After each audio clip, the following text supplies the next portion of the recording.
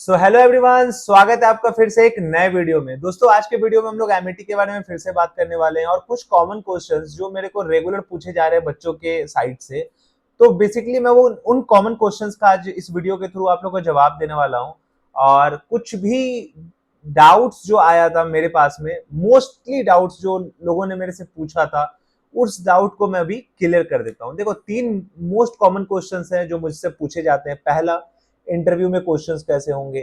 दूसरा, एमिटी के प्लेसमेंट कैसे हैं। एंड थर्ड, मोस्ट इंपॉर्टेंट, कि एमिटी का प्राइस इतना हाई क्यों है। तो देखो, पहला स्टार्ट करते हैं हम लोग कि एमिटी का जो इंटरव्यू है वो कैसा होता है। तो देखो, इंटरव्यू क्या है ना, इंटरव्यू एकदम कॉमन सा होता है जिसमें आपके बारे में, आपकी स्ट्रेंथ, वीकनेस, आपकी हॉबीज और एमिटी के बारे में आप कितना जानते हो वो बताना पड़ता है। और आपका जो बैकग्राउंड, मीन्स अगर आप स्कूल 12th से आए हो तो आपका जो स्ट्रीम होगा उससे रिलेटेड क्वेश्चंस होंगे। और अगर आप यूजी करके पीजी के लिए आ रहे हो तो आपके ग्रेजुएशन पार्ट में आपने क्या पढ़ा है उससे रिलेटेड क्वेश्चंस होते हैं। ठीक है, तो क्वेश्चंस जो होंगे वो बेस्ड ऑन आपकी एजुकेशन से ही होते हैं और बहुत हाई क्वेश्चंस नहीं होता है। क्वेश्चंस एकदम कॉमन होते हैं और बच्चे का आईक्यू लेवल चेक किया जाता है। तो बहुत ज्यादा कोई ऐसा पैनिक होने की जरूरत नहीं है कि क्वेश्चन काफी ज्यादा हार्ड होता है। ऐसा नहीं है, मोस्ट कॉमन क्वेश्चंस होते हैं एंड बेसिकली कम्युनिकेशन एंड आपका रीजनिंग वगैरह चेक किया जाता है। ठीक है, सेकेंड हम लोग आ जाते हैं कि एमएटी का प्लेसमेंट कैसा है। तो देखो, एमएटी का जो प्लेसमेंट है हर स्ट्रीम का अलग अलग है। अगर आप बात करोगे कि प्लेसमेंट कितनों का लगता है, तो ये एक चीज समझ लो, एमएटी में ना प्लेसमेंट एक ऐसा है कि 90% बच्चों का प्लेसमेंट लग जाता है। बस हाँ, डिपेंड ये करता है कि आपका जो कोर्स है उस कोर्स का हाईएस्ट और एवरेज, ये दोनों पैकेज कैसा है। अब अगर आप इन जनरल कुछ मैं बात कर लेता हूँ एग्जांपल्स में, जैसे एमबीए का, एमबीए पटना का लास्ट ईयर 17.5 हाईएस्ट पैकेज था और जो एक मिड रेंज था वो 5 लाख से 10 लाख के बीच में था। ये एकदम परफेक्ट आप लोग को बता रहे हैं हम। सेकेंड, अगर आप लोग आ जाते हो एमसीए में, एमसीए में क्या रहा है, एमसीए का जो कॉमन रहा है वो 6 लाख से लेके 8-9 लाख के बीच में रहा है और हाईएस्ट सेम फेडरल बैंक में था जो 17.5 लाख रुपए का था। थर्ड, अगर आप देखते हो जो मोस्ट कॉमन आता है बीजेएमसी का, जो हमारा कोर्स है वो भी बहुत डिमांडिंग है।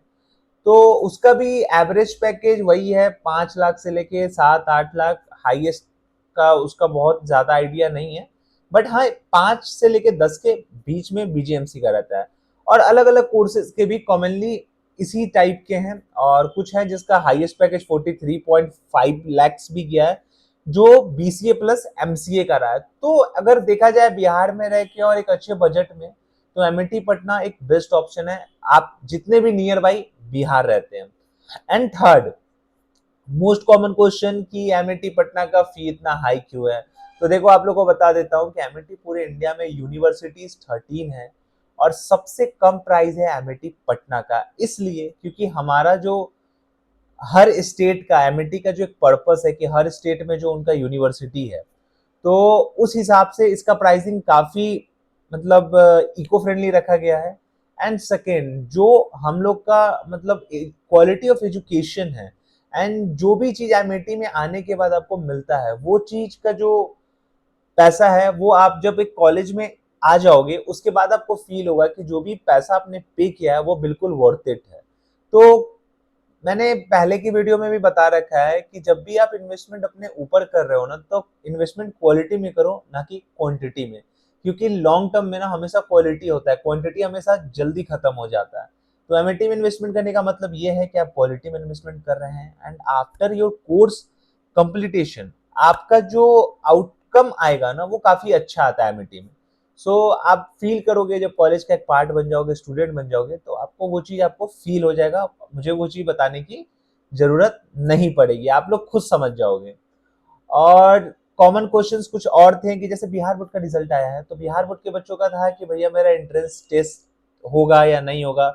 अभी तक कोई भी ऑफिशियल अनाउंसमेंट नहीं है किसी भी टेस्ट का, तो कोई भी टेस्ट नहीं हो रहा है, सीधा इंटरव्यू है। इंटरव्यू में कॉमन क्वेश्चंस हैं, बच्चे उस पर रिजेक्ट हो जा रहे हैं, तो वो बच्चे कैसे एक्सपेक्ट कर सकते हैं प्लेसमेंट के लिए, क्योंकि प्लेसमेंट में हमें प्रूफ करना पड़ता है अपने आप को। बट अभी जब आप अपने आप को बता नहीं पा रहे हो तो प्लेसमेंट आपको कैसे लगेगा। तो अभी भी आपके पास टाइम है एंड अभी तो शुरुआत है कॉलेज जर्नी का। अभी आप अपने ऊपर मेहनत करो, 3 साल 4 साल जितने भी साल का आपका कोर्स है, आप उस कोर्स के दौरान सीखो, स्किल्स डेवलप करो, अपने आप को और अच्छा करो, बेहतर करो। तभी तो लोगों से थोड़ा हट पाओगे और एक अच्छा अपने आप को बना पाओगे।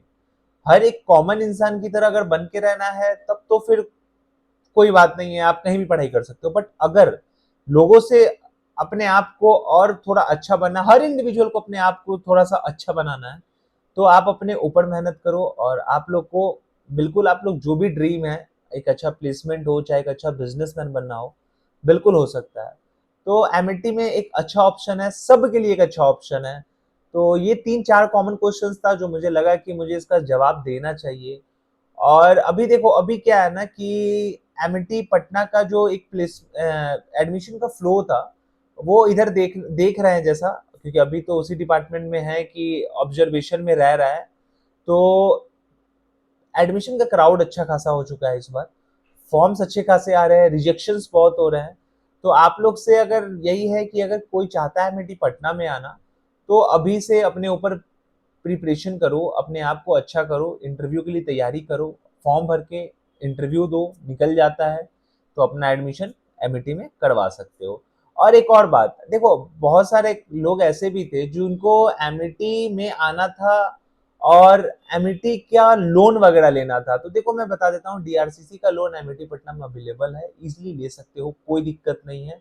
और किसी भी तरह का कोई एक्स्ट्रा फी वगैरह नहीं लगता है। अगर कोई ऐसा बता रहा है तो वो गलत है, क्योंकि बहुत लोगों से मैंने सुना था कि कोई बोल रहा है कि एक्स्ट्रा लगता है, ऐसा लगता है। ऐसा कुछ भी नहीं है।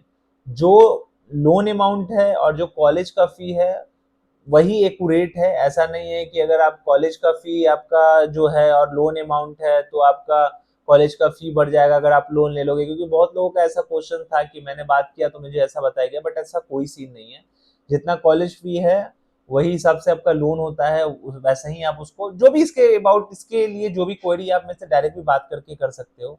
और बात रही कि एडमिशन प्रोसेस की और फॉर्म फिल करने की, इंटरव्यू के बारे में जानने की, तो अब इससे पहले भी मैंने कई बार नंबर दे रखा है, अभी भी मैं डिस्क्रिप्शन बॉक्स में अपना नंबर दे दूंगा। कोई भी दिक्कत है, डाउट है, बात कर सकते हो, कोई दिक्कत नहीं है। और एक और बात, मैं कोई काउंसलर नहीं हूँ जो आप लोग समझते हो कि मैं काउंसलर हूँ, मैं काउंसलिंग करता हूँ। तो मैं ऐसा कोई काउंसलर वाउंसलर नहीं हूँ। और मेरा बस मार्केटिंग डिपार्टमेंट है, मैं एमिटी की मार्केटिंग डिपार्टमेंट में हूँ। तो आप लोग को बस मैं अपने एक साइड से एक मदद, एक हेल्प की तरह मैं आप लोग को कर देता हूँ, क्योंकि मुझे लगता है कि मुझे एक छोटे भाई बहन जो भी हैं जिनको एक मेरे थ्रू एक हेल्प मिल सकता है, तो उसके रिगार्डिंग मैं वीडियोस बना देता हूँ, क्योंकि वीडियो बनाना मेरा पैशन है। तो इसीलिए मैं वीडियोस बनाता हूँ और मेरे वीडियोस के थ्रू काफ़ी लोगों को फ़ायदा भी मिला है। और अगर आपको भी लेना है फ़ायदा और एडमिशन लेना है एमिटी में, तो कनेक्ट कर सकते हो। और कोई भी एडमिशन के बियॉन्ड भी अगर कोई प्रॉब्लम है तो मेरे से बात कर सकते हो। तो आज के वीडियो में बस इतना ही था। और अगर आज वीडियो पसंद आया हो तो लाइक कर देना, चैनल पे नहीं हो तो सब्सक्राइब जरूर कर देना। और एमिटी के बारे में कोई भी इंफॉर्मेशन चाहिए तो आप मेरे से बात कर सकते हो, और मेरा नंबर डिस्क्रिप्शन बॉक्स में है, तो आप मेरे से कनेक्ट कर सकते हो।